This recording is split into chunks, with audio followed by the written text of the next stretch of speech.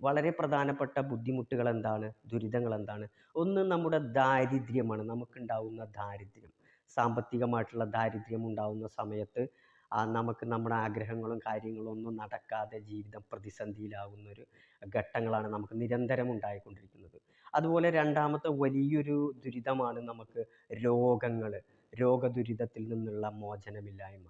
ഇതാണ് നമ്മളെ രണ്ടാമത്തെ വലിയൊരു പ്രതിസന്ധി. അതുപോലെ തന്നെ നമ്മുടെ കൂടെയുള്ള മറ്റൊരു വലിയ പ്രതിസന്ധിയാണ് കലഹം എന്നുള്ളത്. ഈ കലഹം നമ്മളെ നിരന്തരമായി വേട്ടയാടിക്കൊണ്ടിരിക്കുകയും നമ്മുടെ ജീവിതത്തിൽ പലതരം പ്രതിസന്ധികളും ഉണ്ടാക്കിക്കൊണ്ടിരിക്കുന്നൊരു അവസ്ഥാവിശേഷമുണ്ട്. അതുപോലെ തന്നെ നാം നാലാമതായിട്ട് നമ്മളെ ജീവിതത്തിൽ ഉണ്ടാകുന്ന ഒരു പ്രതിസന്ധി അല്ലെങ്കിൽ ഒരു ദുരിതമാണ് പാപമേൽക്കുക എന്നുള്ളത്. ഈ പാപമേൽക്കുക എന്നുള്ളത് നമ്മളെ ജീവിതത്തിൽ അറിഞ്ഞോ അറിയാതെയോ ചെയ്യുന്ന നമ്മളെ തെറ്റുകൾ കൊണ്ടുണ്ടാകുന്ന പാപങ്ങൾ